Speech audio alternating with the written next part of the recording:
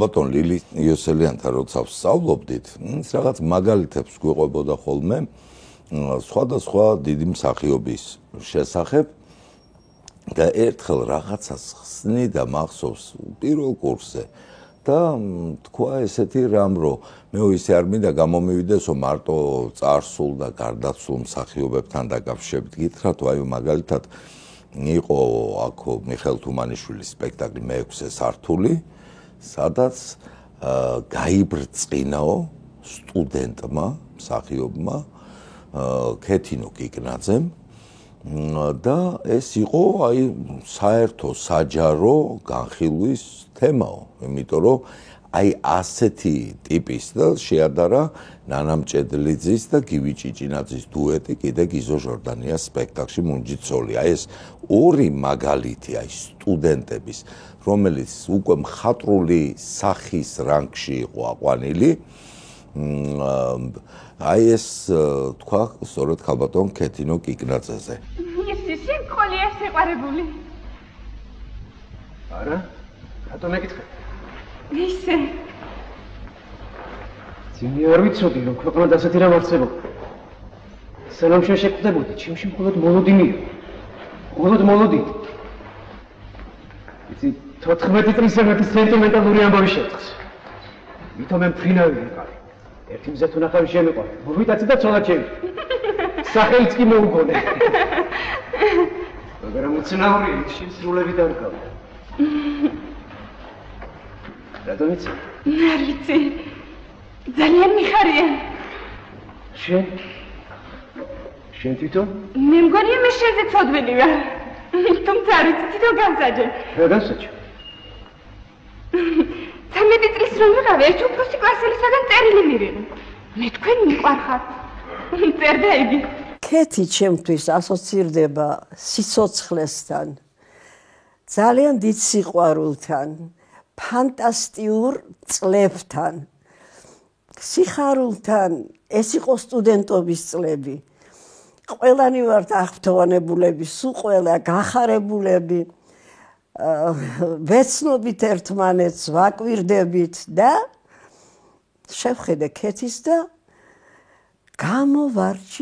გამოვარჩიე ნამდვილად. დავინახე სიფრიფანა პატარა გოგონა, თხელი და გარეგნობა იცით როგორი, აი ჰაეროვანი გარეგნობა ქონდა და ორი გრძელი ესეთი ნაწნავი. ჩვენ აუდიტორიაში იდგა როგორც ინვენტარი კუბიკები. ეს ჩვენ მუშაობაში გვეხმარებოდა, აი მაგალითად ეწიუდებს რო ვაკეთებდით, ხან სახლს მოვაწყობდით ამ კუბიკებით, ვიღაცა მოაწყობდა მაგალითად ხიდს გააკეთებდა სადგურს და ასე შემდეგ. ეს იყო გარკვეული ინვენტარი. ქეთი ესე იგი შეხტებოდა ამ კუბიკზე როგორც პატარა ქურციკი და მას ჰქონდა საოცარი უნარები, აკეთებდა ფანტასტიურად სხვადასხვა მსახიობების იმიტაციებს და პაროდიას და არაჩვეულებრივად აკეთებდა მედეა ჯაფარიძეს. აი ეს ნიჭიც ჰქონდა მას. სუფრაზე რაც მიგვატოვეთ, ვინ აღარ გემადლიერებით ედვარდ ერაზმოვიჩ. მაგრამ მე რა დავაშავე იგინა? სურა დააშავე. რა იყო რომ სუფრაზე ფაციად გადაეკიდე? აჯიბასნორ. ვეჩვიანო, თქვენ რივლუით.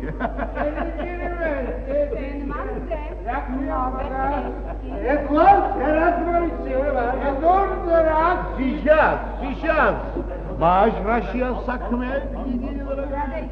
ნებას არ მოგცემს რომ ხასიათს ასწავლა დაუწევს. რა თქვენი საქმეა? გაუთხოვარი ქალი, თქვენ კი სოლიანი, გამოქნილი დონჟუანი. ვინ მოგახსენათ რა ვაეცელია, მე ხომ ქრივი ვარ? მართლა? Клянусь счастье, княгиня. Мастер, серьезно гинда? Вполне серьезно, княгиня. Гинда Катя шеюто. Клянусь счастье, я уже сказал. Момитевес, классия, Эдуард Эразмович. Какой вы славный. ქეთი მეორე კურსზე წაიკითხა ვაჟა-ფშაველას ეს გენიალური მოთხრობა შლის ნუკრის ნაამბობი. წაიკითხა არაჩვეულებრივად მახსოვს და როგორი სულ ყველა რა გახარებულები ვიყავით და კომისიაც აღფრთოვანებული იყო. ქეთის გარკვეული უკვე ემჩნეოდა მას ეს ნიჭები უკვე თეატრალურ ინსტიტუტში საერთოდ პირველ, მეორე, მესამე კურსზე უკვე ჩანს რა მონაცემი აქვს სტუდენტს და ქეთიში ეს უკვე ყველაფერი ჩანდა თვალნათლივ, რომ ის გარკვეული მონაცემების იყო. და ასეც გაგრძელდა შემდეგ თეატრში. აი მეოთხე კურსზე ბატონმა მიშა თუმანიშვილმა წინვალე სპექტაკლი დადგა მეექვსე სართული და ქეთი იქ თამაშობდა ერთ-ერთ მთავარ როლს და მის პერსონაჟს ერქვა მე მახსოვს ედვიშ ჰოშპო და არაჩვეულებრივი იყო ქეთი სრულიად და სხვათა შორის აი ეს სპექტაკლი დახა ბატონმა გიგამ და აი აქ მოხდა მთავარი ამბავი. ხა დედა ყვებოდა რომ სულ ვეძებდი ინსტიტუტშიო, თეატრალურ ინსტიტუტში, რომ სად არის გიგა, მაგრამ ძალიან ადვილი მისახვედრი იყო, იმიტომ რომ იქ სადაც ხმაური და სიცილი და ხორხუცი და თავშეყრა იყო, რასაკვირველია გიგა იქ იყო და ესე ვითომ შემთხვევით გავიარე, ვითომ ისა, მაგრამ უკვე გიგას დადგმული ქონდა თვალი, იმიტომ რომ მიშა თუმანიშვილის სპექტაკლში მეექვსე სართული ნახა პირველად დედა და აი ესე ეს ჯოხი რო დაარტყა რომ ეს გოგო ჩემი ცოლი გახდებაო ძალიან მალე იქორწინეს კიდევაც და სიმღერაც არ მქონდა ჯერ მისი მოსმენილიო დედა ამბობდა და აი სიმღერა რომ მოვისმინე რომელიღაც აუდიტორიაში იჯდაო და შემოხვეული ეს ამდენი ხალხი და მღეროდაო ну მაშინ უკვე თავდავიწყებით შეყარებული იყო დედა და გიგას უთქვამს რომ მე ხა ამ ჩემი ფიზიკური მდგომარეობის და ფეხის და იმის გამო გავთავებლად სიარული და სეირნობა შენთან ერთად არ შემიძლიაო და გამომყევი ცოლათო და იმ წუთში დავთანხმდიო ვიფიქრეო რომ არ გადაიფიქროსო და სასწრაფოდ დავთანხმდიო ლევან გაჭირდა ჩვენი ბედნიერება თინა გჯობნის ხო მამა ჩემი ლევან ლევან შემიჭირი მე ლევან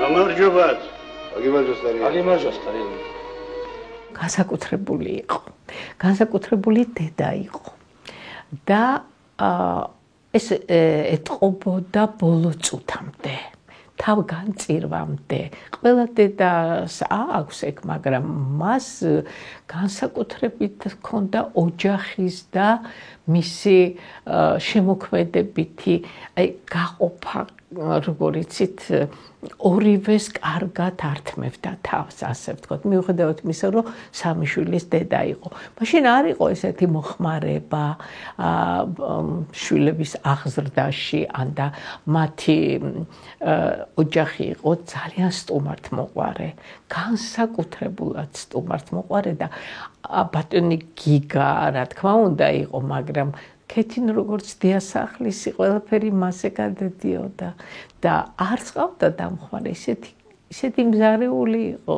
ისეთი აკინძული ქონდა მთელი ოჯახი დიასახლისი ხო ძალიან ბევრია დამოკიდებული ხო და აი ამასთან დაკავშირებით მათ ოჯახში ყოველთვის ხშირად ძალიან ხშირი სტუმართმოყვარეობა და ძალიან საინტერესო ხალხით და ამიტომ იყო იქ ზეიმი გარკვეული ისეთი თავშეყრა ისეთი იუმორი ისეთი მუსიკალური ხმები ისმოდა მათი ოჯახიდან ხოლმე რომ ვფიქრობ რომ მეზობლებს მე რომ გადავიდნენ ეგ მოაკლდებოდათ ნამდვილად შემოდგომის მოვინა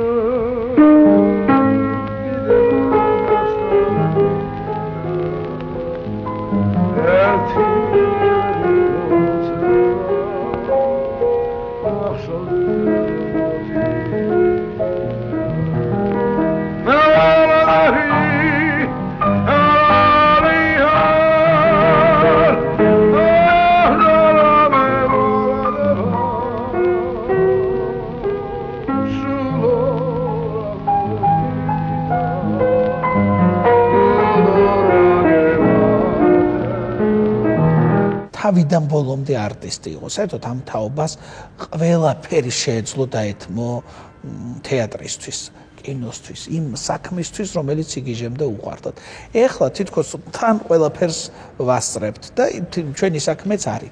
და ეს ის თაობა იყო, რომლისთვისაც არაფერი არ არსებობდა საკუთარი პროფესიის გარდა და ქეთინოც ერთი ესეთი ჯარისკაცი იყო, რომელიც აი ყოველთვის ქართულ თეატრს გვერდით ედგა. მე მახსოვს, როცა საინგილოდან ჩამოვიყვანეთ ქართული თეატრი, ალიბეგლოს თეატრი, ქეთინო მოვიდა, საჩუქრები მოუტანა, სადილი მოიტანა და მე მითხრა, რომ თუ ვინმეს დასარჩენი არ აქვს, მე წავიყვან სახლში და ჩემთან დავტოვებ. აი რაღაცა სხვანაირი გულშემატკივრობა იცოდა და ამ კუთხით ძალიან გული მწყდება, რომ აი ესეთი სახელები და გვარები, აი ესეთი ბიოგრაფიები ძალიან ცოტაა დღეს ჩვენ ყოფაში. კარგია შვილო. კი დედა. კიდე. არა.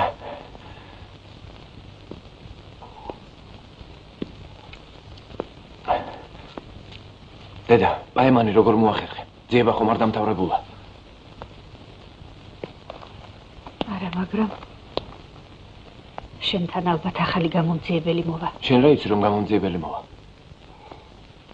მინისტრთან ვიყავი. რომელ მინისტრთან დედა? შინაგან საქმეთა მინისტრთან ვისთან ვიქნებოდი. როდის? 14 ივნის. იცი დედა, ის მინისტრი მე ვიყავი. რომელი შვილო? აი ის, შენ რომ ელაპარაკე. კარგია ხუმროვის ბუნებაზე ხარ. არა დედა, მართალს გეუბნები. ისე სხვათა შორის რაღაცით გავხარ. მაგრამ მინისტრ კაცსაბა როგორ ვაკადრებდი ჩემი პატიმარიშვილის შენაკავს მეთქი. ისეთი გარეგნობა ქონდა. ერთი იყო რაღაცა ის სიფრიფანა, რაღაცა საოცარი აღნაგობის ახალგაზრდობაში. და აი ყველანაირად იყო თითქოს აი ლირიული, გმირი, რაღაცა შეყვარებული, ნაზი, ჰაეროვანი, რაღაც მაგრამ თვითონ გიждდებოდა ისე უყვარდა სახასიათო როლები. და აი მიუხედავად იმისა, რომ ნუ აი ბეჩუნი იყო პრინციპში ესეთი, ნუ ხა მანამდე რა თამაშები ქონდა ფილმებში, მაგრამ ნუ ასე ამბობენ, რომ ვითომ პოპულარობა უფრო მეტი, ნუ თეატრი მაინც სხვა არის და კინო და ტელევიზია მოგეხსენებათ რაც არის და ნამდვილად ძალიან დიდი პოპულარობა მოუტანა ამ როლმა, მაგრამ ძალიან უყვარდა ქეთევან დედოფალი. და თქვენ წარმოიდგინეთ, ახლა ეწამან ლაპარაკობდი და მეც რაღაცა გამორჩეულად მიყვარდა მომწონს ეგ როლი. და თეატრში ძალიან მიყვარდა სახასიათო როლები. ნუ განმირიდებ ნათელსა შენ მიერსა. რამე თუ დედოფალი ვარ და თვალი ერისა ჩემისა მე მიმზერს. თავიდან სულ ისეთ როლებს თამაშობდა რაღაცა შეყვარებულებს, ლამაზ გოგოებს და მშვენი ერთ დღესაც გოგი თოდაძემ გაანაწილა ნეაპოლი მინიონერთა ქალაქი მარჯანიშვილის თეატრში და სულ პატარა ეპიზოდი მისცა ქეთინო კიკნაძეს მეზობელს თამაშობდა, რომელიც დონ ამალიასა და დონ ჯენაროსთან, სოფიკო ჭეაურელთან და გივი ბერიკაშვილთან შედიოდა სტუმრად. ერთი სცენა ქონდა, როცა ქეთინო უცბად ახტებოდა სკამზე თუ მაგიდაზე არ მახსოვს. მე ვიცნობ ხალხს, რომელიც ყოველ საღამოს მიდიოდა მარჯანიშვილის თეატრში, იმიტომ რომ ქეთინოს აღტომით გადაბჟირებულიყვნენ სიცილით და უცბად აი ამ სპექტაკლში დაიბადა არაჩვეულებრივი სახასიათო მსახიობი. ჩანი ვაცილე სკოლამდე. ძალიან კარგად იქცეოდა დონამა. დაასი კანცეტები უკიდე. რაგოგო კაცრაგოგო. ან როგორ იქცება, როგორ ლაპარაკობ, დიდი ხალი. რამდენი წითა? მე გადაგიქე. თუჩა. დედა უფრო გიყვარს თუ მამანეთი? დაიცით რა მიპასუხა? დედაო! არა, მე ვკითხე თუჩა. მამა მეთქი? მასტერიაო. არა, როგორ გამოსწორ ყველა ბგერას, ეს მაგეთად ამალე მე რამდენჯერ გითხარი ნუ ასავლი ბავშვს უციტყვებს. რამდენჯერ გითხარი ნუ ასავლი ბავშვს უციტყვებს. შენა ასავლი. კუჩაში. ბავშვი.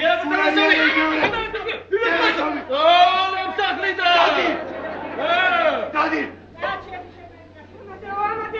Amadeo, Don Gennaro, non mi aspetta che va si fa Angelozia. Angelozia non me ne c'è smacchinita da paracossa, da. Vafia dei Humra. Vafia che li cargo da sola si cambiero da.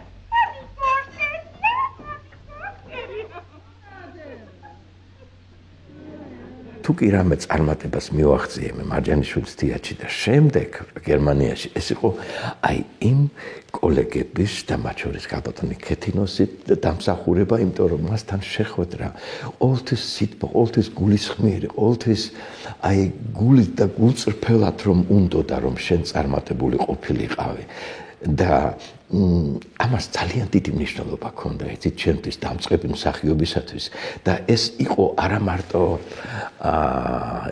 მარტო პროფესიული, არამედ ადამიანური მიდგომა, სადაც მეგობრობა და ხელოვნება ერთიანდებიან, სადაც სითბო და სიყვარული ტრიალებდა ჰაერში და მარჯანიშვილის თეატრის კედლებში და შემდეგ როდესაც მე გავემგზავრე გერმანიაში აი რაღაცნაირად ხურჯინით წავიღე ეს სითბო, პროფესიონალიზმი და ის დიდი გამოცდილება და ის დიდი мотивация, რაც მე აი ამ უფროსი კოლეგებიდან მივიღე ქალბატონი ქეთინოს დამადობით.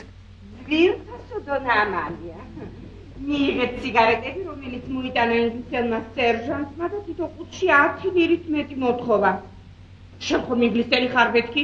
მე რა რომ ინგლისელი ვარ, ფასი თუ არ მოგწევ, სხვა მუშტას უჩოვიო. რა მექნა არ უნდა ამეღო?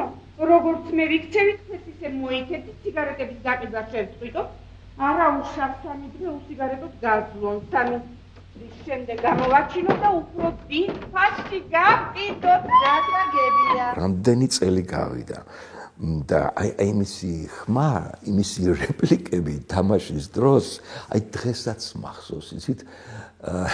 ერთი სცენა იყო, სადაც შემოვბიოთ მე და ქეთინო იყო ჩემი ოჯახის ვითომ მეგობარი სპექტაკლში და ეს ოჯახი ცდილობს თავი გაიტანოს აი ამ შავ ბაზარზე კონტრაბანდით და ვიღაცა ეს რა ქვია მეორე ოჯახს ისიც კონტრაბანდით გააქვს თავი და მოკლედ კონკურენცია და მოვბივარ დედა ჩემთან და ვეუბნები დედა, გაიგე რომ ისინი ამას აკეთებენ რა გოშველება რაღაცა და ამ დროს ეს ქეთინო მომყვება და ისიც ცდილობს ემოციურად ჩაერთოს ამ სცენაში და აი დღესაც მახსოვს ის სიტყვა რაო და შევხედავთ ის მარტო მაგას ყავის გაყიდის უფლება თუ რაო რაღაცნაირად ისე და იმდენად კომიკური იყო თვითონ აი ისეთი ფიგურა გააკეთა რომ მისი ყოველი გამოჩენა სცენაზე აი თან ძალიან სერიოზულ გაბრაზებულ ახალგაზრდას თამაშობდნენ აი ეს უნდა გადამელახა რომ აი ამისთვის ყველაფრისთვის გამეძლო და აი ბრილიანტი იყო მართლაც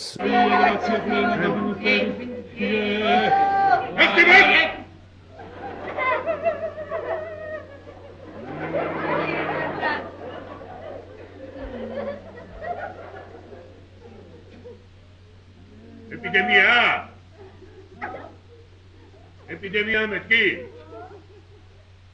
სამი მიცვალებული იქითა ქუჩაზე ორი თმენს გვერდით ხუთი მეზობელ უბანში მარტო არა ყოფილიყარ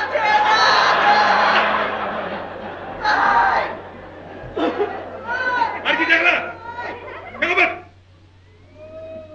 შემდეგ მოდიოდა პოლიციელი და ამოწმებდა აი ამ კონტრაბანდას და ეს კონტრაბანდა იყო თქვათ საწულის ქვეშ, სადაც მამაჩემს ეძინა ჯენაროს და მოდისო პოლიციელი და მამაჩემს ვითომ ჯენაროს ვითომ გარდაცვლილი იყო სამთელს დავაკავებინებდით რომ არ შეეხედა აი ამ საწულის ქვეშ და იწყებოდა გლოვა აი ჯენარო რატო და აი ხაც აი ქალბატონი ქეთინოს სიტყვები სულ ეხლა აი ჯენარო და ადეკი ჯენარო იძახდა სოფიკო ჭიაურელი და მეც ჩემი რეპლიკა იყო რატო мама საწოლს ვაჭრები რატო და ეს კეთინო გვერდით მიდგა იტირე რაბიტირო კი არა მაცინე იტირე და ამ დროს ყველა რომ ტირიორდეს ბრიგადირი დაიძახებდა ჩუმად ხმარ გავიკონო თქვენი და სულ ყველა ხო გავისუსებოდით და კეთინო კიდე იმ ვითომ ტირილის იმას მოგლეთ აი ეს სპექტაკლი ჩემთვის იყო დაუვიწყარი და აი ხო არ მქონია ბევრი გადაკვეთა ამ ქალბატონთან მაგრამ ისეთ კბილად ვიხსენებ და ისეთი ნიჭიერება იდგა სცენაზე აი განსხვავებული აბსოლუტურად არა მარტო კეთინო აი ყველანი ეს იყო გუნდური სპექტაკლი ბატონი ქოგი თოდაძის მიერ გაკეთებული და მე ვამაყობ რომ აი ამ სპექტაკლში მონაწილეობდი და ქალბატონი კეთინო გიგნაძის პარტნიორი ვიყავი რეფორმატორი იყო ესეთ სპექტაკლი მალაზონის პიესად დადგა მედეა კუჩუხიცემ და ახლა პარტნიორები ვიყავით და არაჩვეულებრივი კარგი პარტნიორიც იყო. არა უშავდა ალბათ სპექტაკლში მეც რაღაცა ნორმალურად ვითამაშე ალბათ და იმ წუთში შემაქო გამოსვლისთანავე იმ წუთში მითხრა რომ შენ აი ესო მე რა კარგი იყო ეს რა კარგი და თუ რამე იუმორისტულ რაღაცას გააკეთებდი კომედიაში, ნუ ისეთი გემრიელი სიცილი იწოდა და ისე გემრიელად შეგაკებდა არაჩვეულებრივად. თანაც ყველაფერზე ხომ მე უნდა გავიხედო გული. უიმას არ შეუშალო, უიმას არაფერი დავაკლო, უიმე. ნუ მაცინებ, ნუ. ყოველთვის აი ვინმეს რომ განკითხავდნენ, ის ყოველთვის დადებითად ლაპარაკობდა იმ ადამიანზე. არასოდეს არ იცოდა სხვაზე რაღაცა გადაკრულად ჭორაობა, რომ ვიღაცა ესეთი არასოდეს. პირიქით, მე არ მახსოვს რომ მაგას ზედმეტი შეკითხვა მოეცე ჩემთვის და რამე ეკითხა ან სხვაზე, ან ჩემი. მე თვითონ თუ ჩემსას ვეტყოდი, მოთაშორის მე საიდუმლეც გახლდით კეთინოსი. სიზმარია თუ რა ხდება? სიმართლე უნდა გაიგოს ყველამ. სიმართლე! რა სიმართლე გავგიჟდები? რა სიმართლე? აი სიმართლეს როცა გაიგებ, მაშინ ნამდვილად გაგიჟდები. ისე რომ იცოდეს მე ძალიან კმაყოფილი ვარ. როგორც იქნა გაიგებ შენ ფას, შენი ჯიშის ფას, შეიგნებ რაც ახარ. ღმერთო, გამგლიჯეთ! შენ ჯამეთ! გამგლიჯეთ! დამნაშავე ვარ! არ ვიცი რა დამნაშავე, მაგრამ დამნაშავე ვარ, დამსაჯეთ! ერთ-ერთი მისი ბოლო ნამუშევარი თეატრში იყო დათო დოიაშვილის მაყურებლისათვის ამის ნახვა აკრძალულია, სადაც უნიჭო მსახიობს თამაშობდა, რომელიც თავს იკლავდა, რომ როლი გაეკეთებინა და ნიჭიერ მსახიობს მის კონკურენტს თამაშობდა გურან და გაბუნია და ეს კონკურენცია გარკვეულწილად მათ ცხოვრებაშიც ჰქონდათ ერთმანეთის. თამთელი ცხოვრება ერთად მოდიოდნენ, მაგრამ თეატრში ყოველთვის არის ერთი თაობის ქალბატონებს შორის კონკურენცია და ამ სპექტაკლს ისე მოუხდა მათი ეს თეატრგარეყოფა და სათეატრო დრამატურგიაც, რომ პირდაპირ სიამოვნება იყო მათი ყურება, ძალიან საინტერესო ისეთი სახალისო სპექტაკლი იყო. თეატრში მთავარია საგნების სიმბოლიკა, ჩემო კარგებო. რატომ გარბის ყველა? თუ არ გაინტერესებს ჩემი ლაპარაკი მითხარით. შენ უნდა ჩაუღრმავ და ჩაასწვდე შემოქმედებით ფესვებს. ეს კი არავის არ აინტერესებს ამ გაუბედურებულ თეატრში. კრისტიან! რა არის ნიკოლ, რა? რატომ ხელა პრემიერის წინ, რატომ? კრისტიან! იცი რატომ ხელა? გენერალური წინ უმთეფლობელი მეუბნება. 2 ტონით ბაღლა ითამაშე პიესა შენ მიყავ. სორია. მაგრამ ერვე მეუბნება 2 ტონით დაბლა ითამაშე პიესა თვითონ წაგიყავ. ეგეც სორია. მაგრამ ვერ გავიგე მე მიყავს მას მიყავარ და საერთოდ საერთოდ საოცარ სითბოში გაგზარდეს საოცარ სიყვარულში მე იცი რა აი ხوارი რომ უყვართ კიდევაც ზრუნავენ კიდე მაგრამ გამოხატვა ხდებოდა კიდე ამის სულ აი სულ რომ უნდა რომ ჩახუტებული იყოს სულ რომ უნდა რომ მოგეფეროს გაკოცოს მამაც ასეთი იყო და ნუ დედაც ხო თავის თავად და იცი რა, აი მე ხა, ეს წლები რო არ ცხოვრობდი დედასთან ერთად და მაგრამ ყოველდღიური იყო ეს ჩვენი ურთიერთობა, მე თუ არ მოვდიოდი ნინოს ურეკავდი, დედა წამოიყვანე, ერთად ვისადილოთ, ყოველდღიური როგორ შეიძლებოდა რომ არ ყოფილიყო ეს ურთიერთობა, მაგრამ მე სულ გადარბენაზე ვიყავი, მოვიდოდი და აი 1-2-3 საათის მერე თუ ვიტყოდი რომ დედა უნდა წავიდე, ხა ეს სულ ყურში მაქვს მისი ხმა, ახლაც კაი რა, მეუბნებოდა ეს. არ ყოფნიდა რასაკვირველია თავის შვილებთან ურთიერთობა რამდენი დროც არ უნდა გაეტარებინა ჩვენთან ერთად. მოიყვანე ძითა. ნახე ბაბუკო სად გიღებენ, კინოში გიღებენ, კინოში. მოდი ბაბუკე. ნახე კინოში, ნახე როგორ გიღებენ კინოში. ბოლოს როცა მივედი საავადმყოფოში გიგასთან და ქეთინოსთან ორივე ერთი და იგივე კლინიკაში იწვნენ, დერეფნის ერთ პალატაში იწვა გიგა, დერეფნის მეორე პალატაში იწვა ქეთინო. ქეთინო უფრო ყოჩაღათი იყო და გიგა უკვე ძალიან დასუსტებული იყო და აი ცოტა უნდა გამოწეულიყო ქეთინო რომ გიგა დაენახა.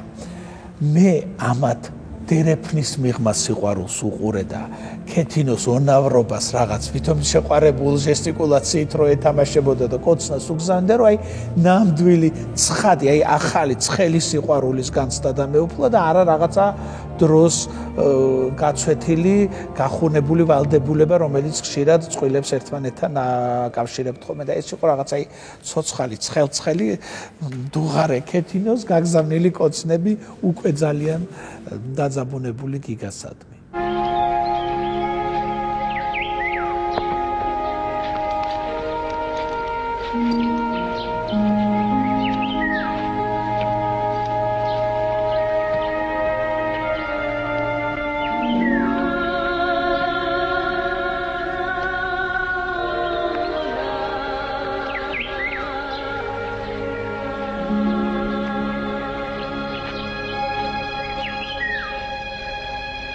ვინ ხარ შენ? ბიჭუნი მქვია.